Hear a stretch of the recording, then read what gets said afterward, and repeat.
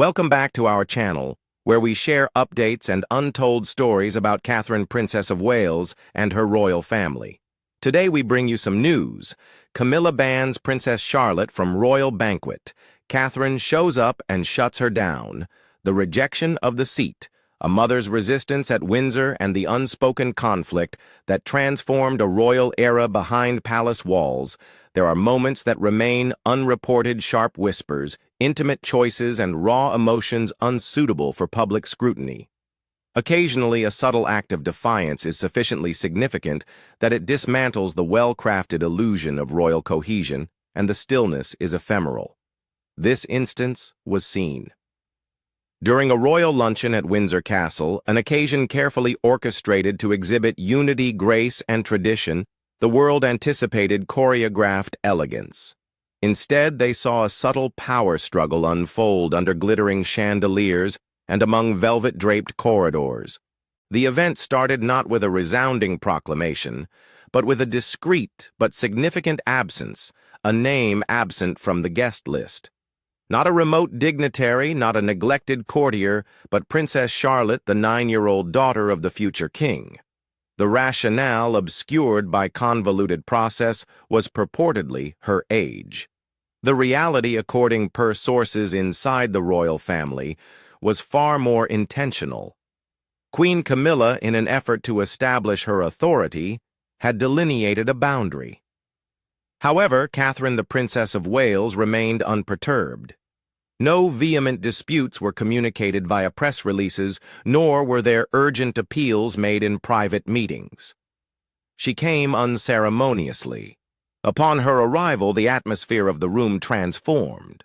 All eyes were fixed and breaths were suspended, as Catherine, in a singular act of defiance, walking hand in hand with her daughter, reminded both the institution and the world that her children would not be used as pawns, neglected or erased. The subsequent events astonished the monarchs and elicited widespread acclaim from the worldwide audience. This narrative recounts how a resolute woman with both fortitude and elegance altered the established norms at the same table where her kid was denied a place. The invitation that was never received. The supper was set to be one of the most unforgettable royal events of the year.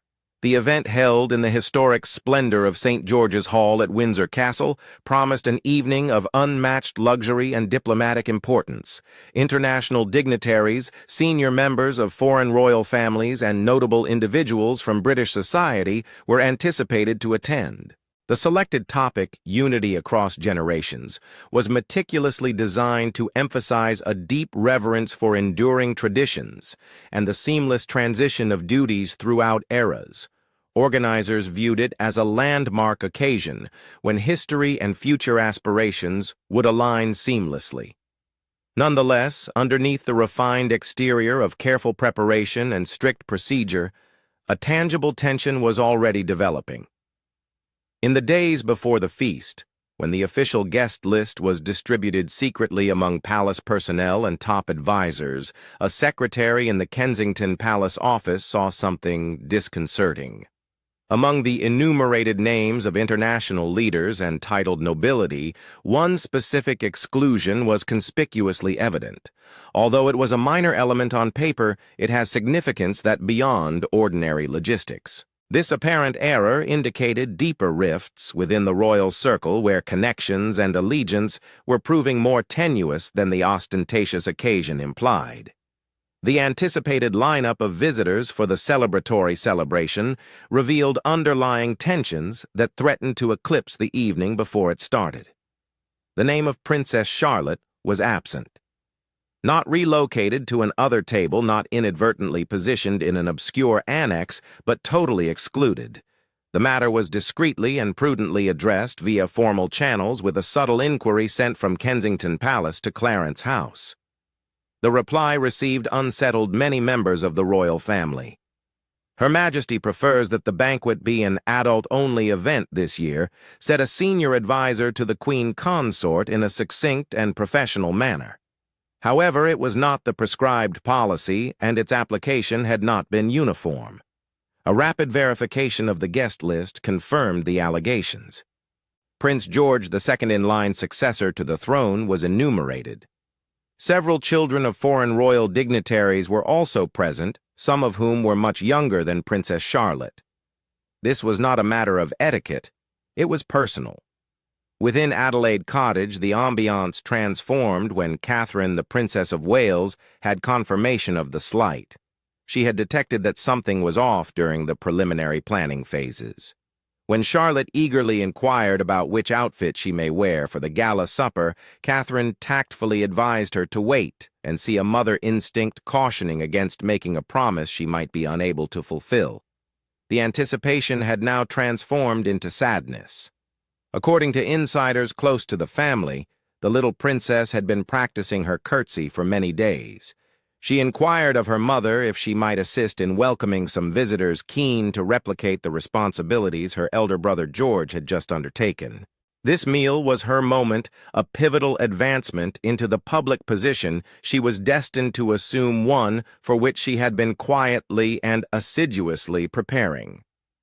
In an instant, it was removed not due to a mistake, but as a calculated authoritative choice.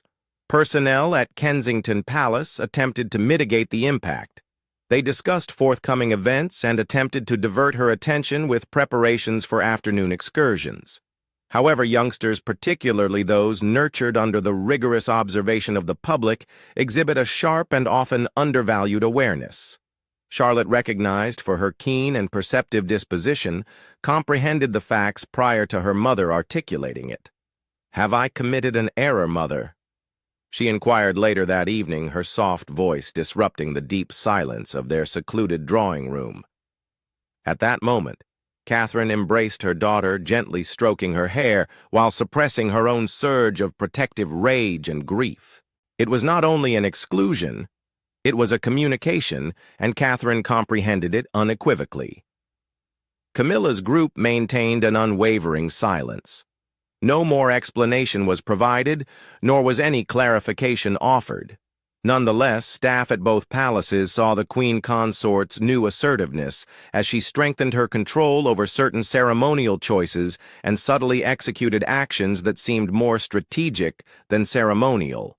"A new dynamic is emerging," said an anonymous source, a former courtier with extensive experience. "Camilla has been delineating her area by the painting of lines. However, on this occasion, she drew it directly through a youngster. Catherine, meanwhile, was not only an ordinary royal mother. She had devoted years to following the exemplary conduct, in enduring quiet and maintaining dignity shown by her late mother-in-law, Diana, Princess of Wales. She was now confronting her own turmoil. With a poise tempered by inner resolve, she quietly made her own choice. A matriarch's quietude, a sovereign's resolution. In the few hours after Charlotte's subdued anguish, all attention inside the royal inner circle shifted to Clarence House, the source of the choice that had imposed such a profound shadow. Although the palace's outward demeanor remained composed and discreet, behind the scenes, apprehensive murmurs were escalating into a collective worry. Queen Camilla, according to many reports, rendered her definitive decision on the topic without any hesitation. No extensive conversations occurred, no accommodations were made for Charlotte's distinctive status, and no regard was given to the young princess's evolving and meticulously curated royal responsibilities.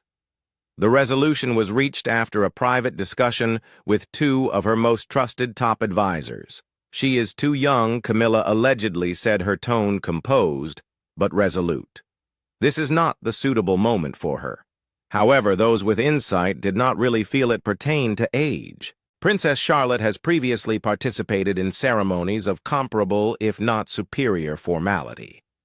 She maintained a composed demeanor throughout coronation rehearsals, shown dignity at state funerals, and accompanied her family at times of profound public grief with an elegance that belied her age. She exhibited more calmness than several adults, a fact recognized by both the media and the public. Nevertheless, she found herself considered unfit for a festive supper. The timing of the exclusion concerned several royal watchers and household personnel. In recent months, Charlotte's confidence has flourished, resulting in a more prominent public presence. Royal observers have repeatedly noted her remarkable likeness to her late grandmother Diana, evident not just in her emerging features, but also in her inherent grace, expressive eyes, and an intrinsic capacity to engage with the public. This resemblance seems to have been seen by both the public and Queen Camilla. Aides said that Camilla's comportment in the days before the dinner was notably circumspect and aggressive. She initiated minor yet noticeable alterations. Seating configurations for various events were modified at the last moment to align with her preferences. Her personal emblem was accentuated more prominently in official press releases. Subtle recommendations were conveyed to staff that her lineage, despite being non-royal, warranted increased respect. Certain insiders attributed it to her continuous efforts to reinforce her position within a family that for many still carried the lasting influence of Diana. Others expressed uncertainty. A former royal servant said, "She perceives Catherine's children as the future, yet not explicitly as her own future. There exists a nuanced yet significant distinction, and she responds accordingly. It pertains to safeguarding her legacy, guaranteeing it remains distinct from both its predecessor and the next one." Within the strict parameters of the monarchy, these conflicts seldom manifest in public. They are governed by discreet gestures, scheduling choices, and the nuanced dynamics of visibility, particularly about who is acknowledged and, crucially, who is overlooked. This decision to exclude a kid from a royal supper when unity was the emphasized topic was conspicuously intentional. In the perception of several household members, Camilla had not only delineated a boundary, she had transgressed it. Upon Catherine's official notification of Camilla's rationale, there was no escalation in volume or hostile discourse over the telephone. A deep and revealing quiet prevailed. However, those closest to the Princess of Wales saw an abrupt change, a tranquility that in Catherine often indicated forthcoming activity. She saw the advantage of being undervalued. She had experienced years of subtle observation and condescending labeling prior to assuming her position as Princess of Wales, and she had realized that inside the monarchy, the most potent messages are seldom spoken verbally. That night, as Princess Charlotte slumbered peacefully with her cherished stuffed animal beside her, oblivious to the intricate discussions occurring nearby, Catherine positioned herself by the window of her private office at Adelaide Cottage, phone in hand. She was not contacting the media. She was not disclosing her thoughts to friends. She was contacting a top assistant in the Lord Chamberlain's office, the division tasked with coordinating all ceremonial royal engagements. She was not seeking authorization. She was not requesting a reassessment. She was conveying a message, one that the Queen Consort would perceive not through spoken communication, but by her presence. An unforgettable presence. The steadfast determination of the Princess of Wales. The call Catherine made that night was not a negotiation. It was neither a plea nor an argument. It was a straightforward, unequivocal announcement. The information was conveyed with a serene authority that eliminated any uncertainty. Princess Charlotte will attend the dinner. Regardless of her name's being on the official list, she would attend. The assistant on the line, an experienced participant in palace politics, allegedly did not contest. They refrained. Despite the composed elegance with which Catherine navigated the institution, there were instances when her determination was unequivocal and unyielding. This was among them. She concluded the conversation with a courteous, "Thank you," and proceeded to prepare. The following morning, the revered corridors of Windsor Castle awakened earlier than usual. A noticeable shift in energy occurred, an unarticulated but tangible alteration in tone among the personnel. Rumors disseminate more rapidly than any official communication inside the court, and by dawn, it was well known that the Princess of Wales would not acquiesce to Queen Camilla's directive. She opted for straightforward action instead of subtle diplomacy. A royal footman subsequently remarked to a colleague, "We have all observed her understated elegance for years, a narrative that would ultimately emerge. However, this was distinct. This was Catherine clad in armor. Throughout the day, preparations for the feast proceeded with an appearance of flawless precision. Florists created grand arrangements of white lilies and pink peonies in St. George's Hall. The gold-plated tableware was polished to a shine in the warm, ambient light of the chandeliers. Musicians from the Royal Orchestra practiced in the gallery, their sounds resonating throughout the palace. However, underneath this refined exterior tension simmered. Advisors at Clarence House allegedly convened privately to evaluate the extent of the Princess of Wales's actions. Some unfamiliar with the intricacies of the contemporary monarchy assumed she would finally relent averse to creating a public spectacle. Those who had observed her for years have more insight.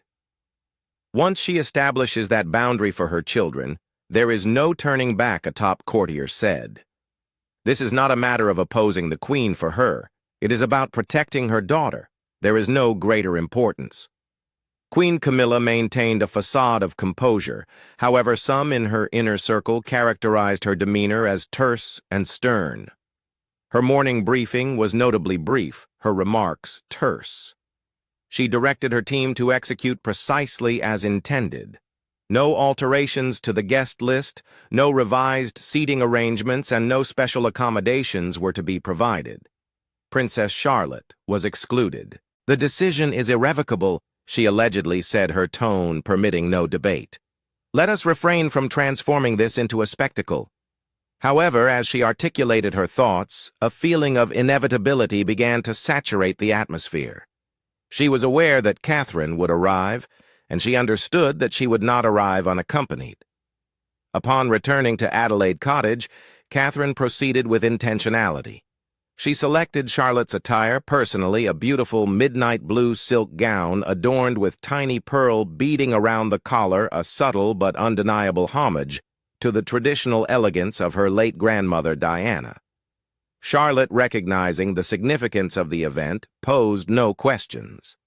She observed her mother, her youthful gaze mirroring the gravity behind the parental tenderness. As Catherine knelt before her to delicately fasten a little silver locket around her neck, she said, "You are entirely entitled to be there. Keep it in mind." Charlotte remained unresponsive. She only nodded, her little hand grasping her mother's. That nightfall, when the royal vehicle entered the gates of Windsor Castle and onto the expansive courtyard, the reporters had already assembled in their allocated areas, anticipating little beyond the customary parade of royal arrivals. They were unprepared for the subsequent vision. The automobile door opened, and the future queen emerged resplendent in silver blue satin. Princess Charlotte was alongside her, clutching her hand. Both were attired in subtle defiance, about to enter a place that had attempted to obliterate one of them. Catherine had not need to elevate her voice. Her presence, together with that of her daughter, would convey everything that needed to be spoken. It was poised to hush the room. The arrival and the tacit declaration. As the imposing oak doors of St. George's Hall were opened by uniformed footmen, the sound of Catherine's heels on the polished marble floor resonated like a drumbeat heralding a significant transformation. Every individual in the expansive reception hall turned, not due to customary etiquette, but from an innate communal impulse. Catherine, the Princess of Wales, was present. Adjacent to her, a little but steadfast figure clad in navy silk, was Princess Charlotte, grasping her mother's hand with a silent fortitude that well beyond her 9 years. The photographers, anticipating a routine assembly of recognizable individuals, were taken by surprise. The incessant flashbulbs hesitated briefly in unified astonishment before exploding into chaos. Even the footmen, individuals conditioned for years to maintain an expressionless front under any circumstance, exchanged brief, astonished looks. Catherine had no hesitation. She did not halt for the media or modify her pace for theatrical impact. She advanced with the inherent tranquility of one who recognized her place and crucially understood that her daughter did as well. Charlotte, adorned in her exquisite gown, moved as though she had been participating in official dinners for years, not with arrogance, but with genuine respect. It was a kind of nobility that does not seek the limelight but inherently demands it. Royal aides worked frantically behind the scenes. Her name was omitted from the final seating chart. Her place card was absent from the elegantly arranged table. However, Catherine was well prepared. A little clutch, she had allegedly included a solitary folded card inscribed with HRH Princess Charlotte of Wales in refined calligraphy, a nuanced detail, but one of intentional significance. Within the ballroom, the orchestra performed as people socialized over champagne, mostly oblivious to the impending change in the evening's temperature. Queen Camilla positioned herself at the head of the table, extending kind, rehearsed smiles to diplomats and lords. However, upon seeing the entry, her demeanor wavered. The alteration was subtle, however perceptible to observant individuals, as seen by the tightening of the muscle in her jaw.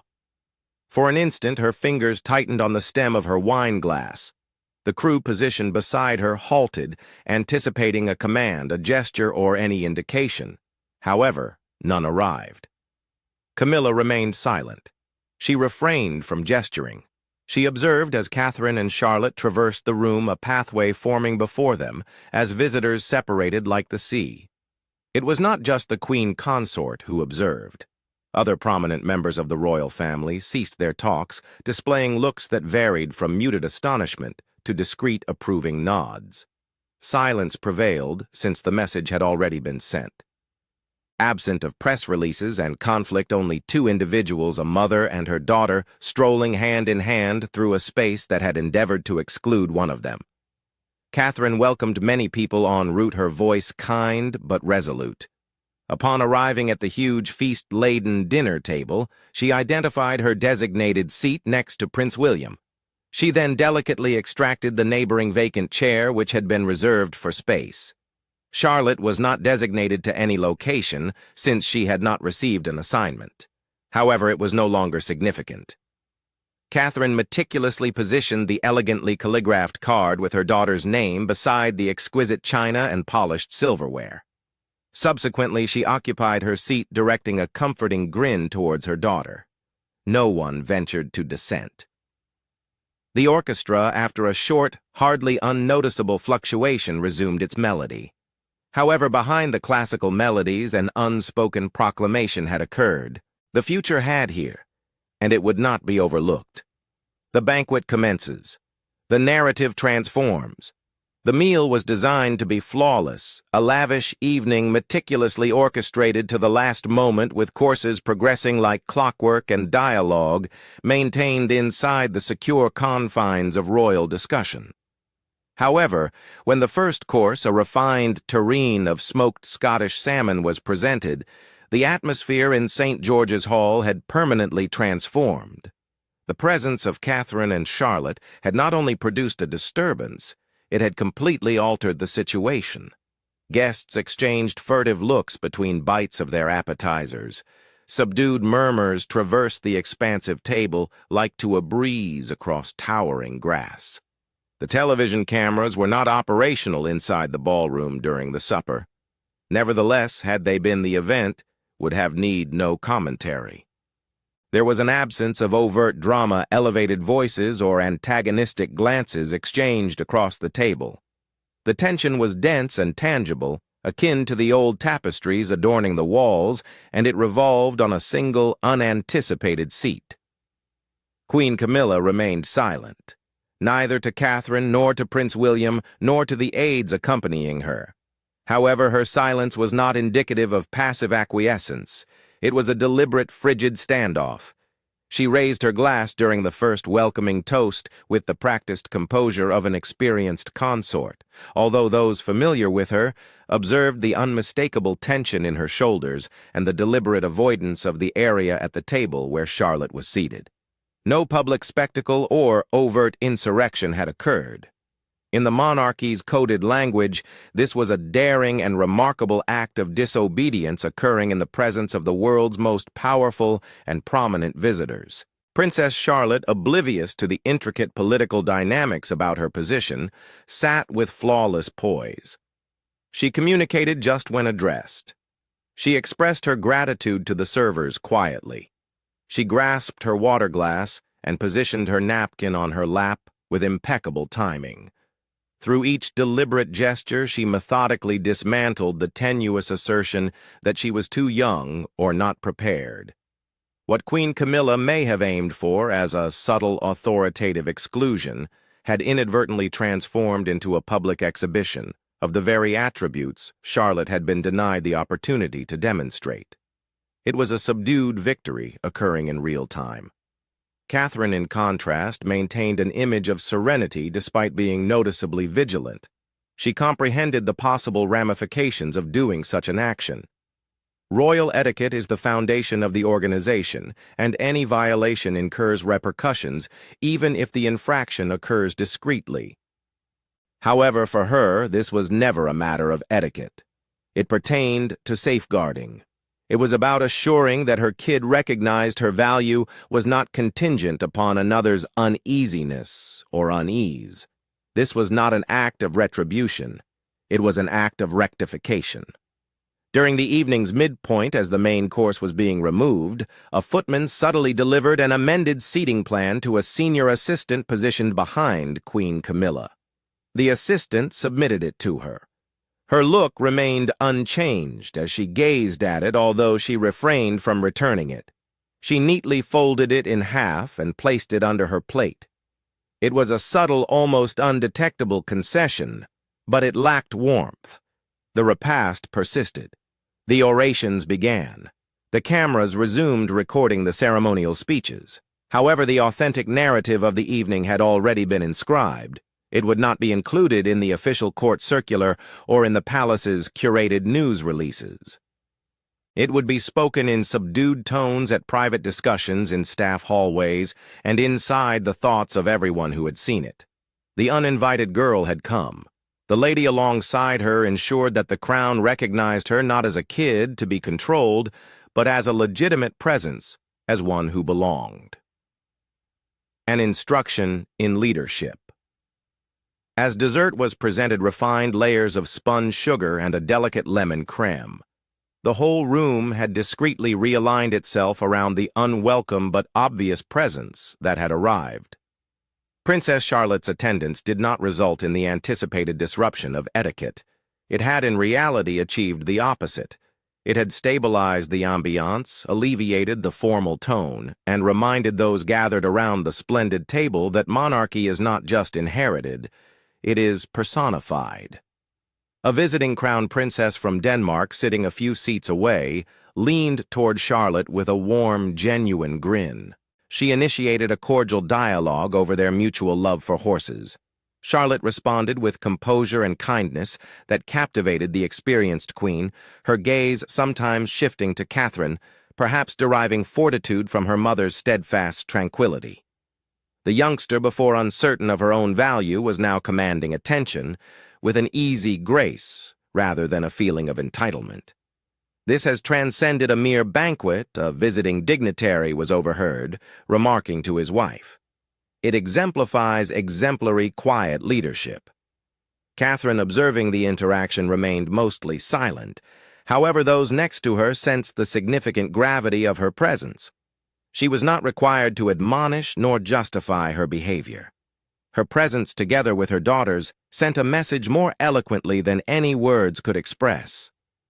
Queen Camilla maintained her composure, however. Her involvement in the evening's celebrations seemed more aloof. Her laughter throughout the talks was somewhat subdued, her gaze more incisive and ephemeral.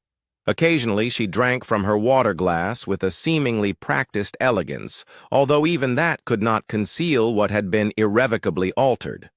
The deliberate exclusion did not offend Catherine. Rather, it unexpectedly humiliated the crown. A courtier was seen transmitting a handwritten message among aides at a distant section of the room. "Modify guest photographs," it allegedly said. "Guarantee the inclusion of Princess Charlotte in official announcements." The palace's robust damage control apparatus, efficient and discreet, had already begun its operations behind the scenes. The story was evolving, and the palace has consistently recognized the undeniable influence of an image. They could not for images to emerge depicting a kid sitting at the main table without formal acknowledgement or recognition.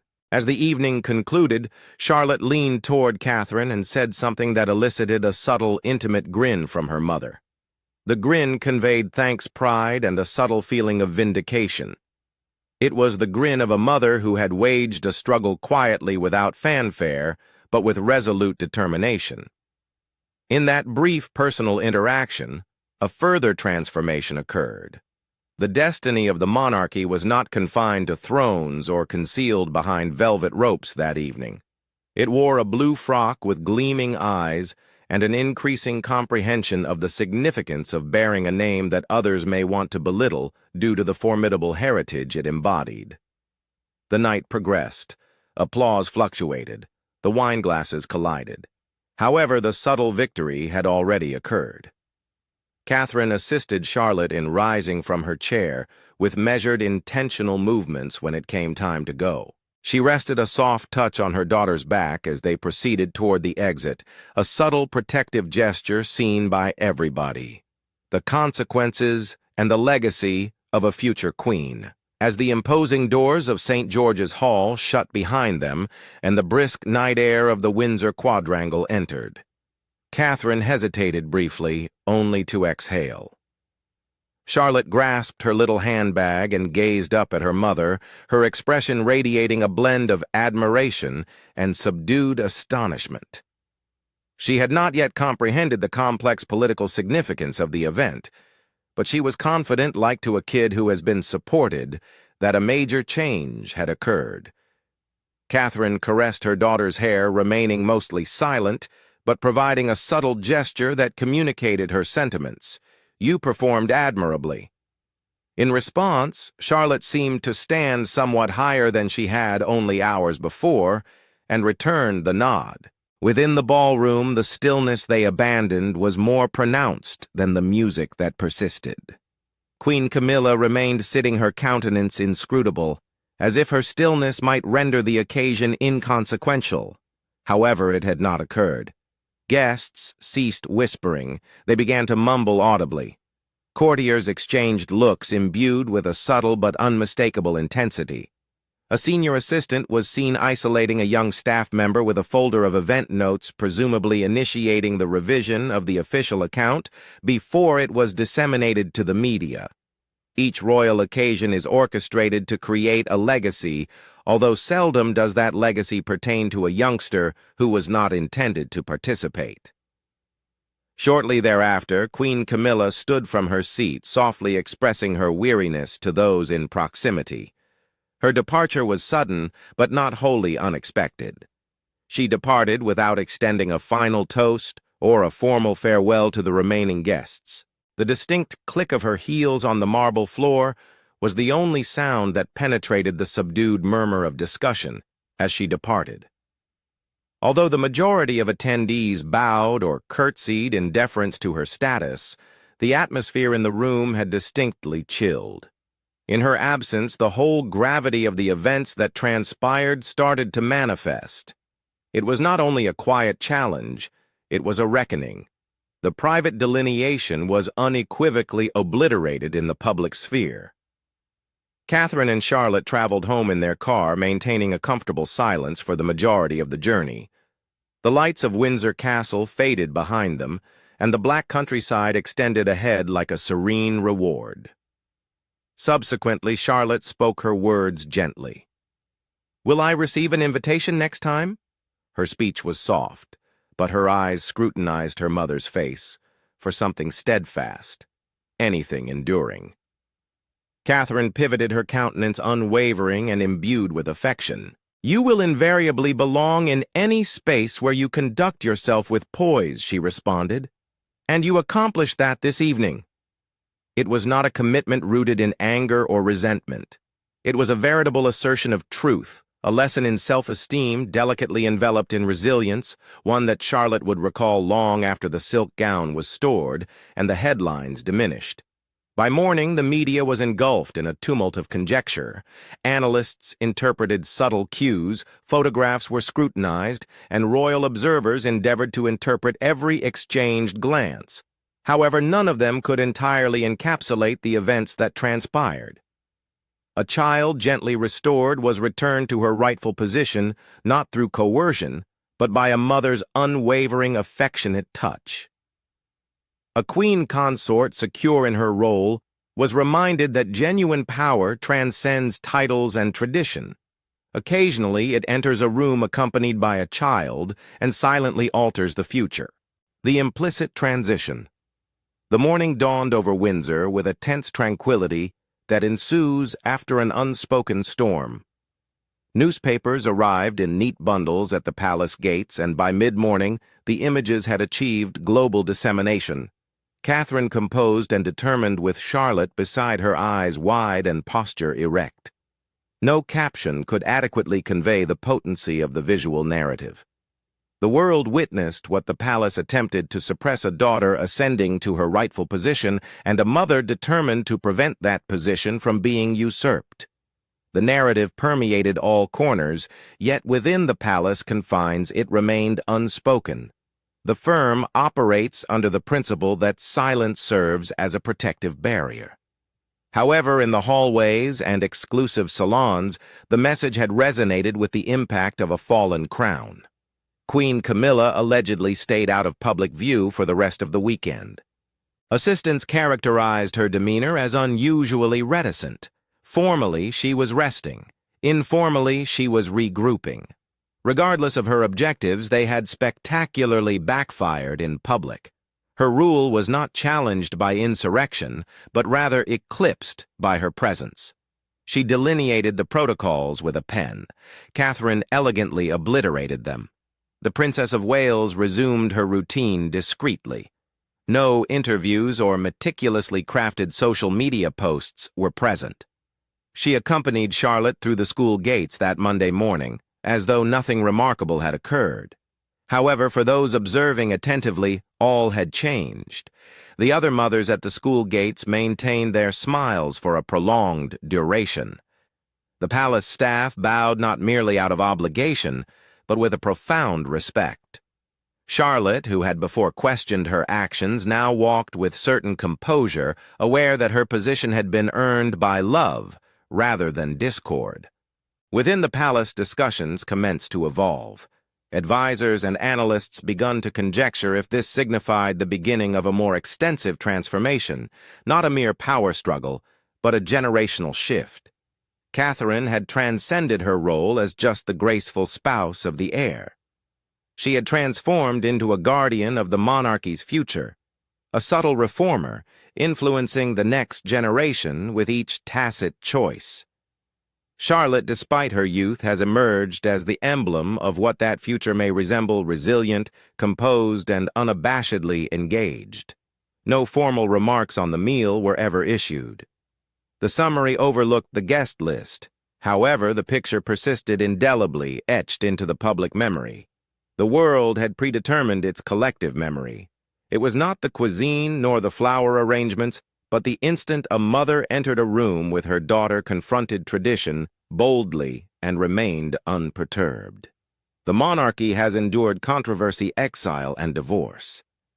However, this time the alteration sprang from a subtler source: a kid omitted, off a list, a mother who reinstated her, and a future princess who suddenly comprehended that her inclusion was not a concession, but a right to be asserted. Throughout the illustrious history of the British Crown, significant transformations often occur without formal ceremonies. Occasionally, they start with an absent name and a mother determined to ensure it is not forgotten.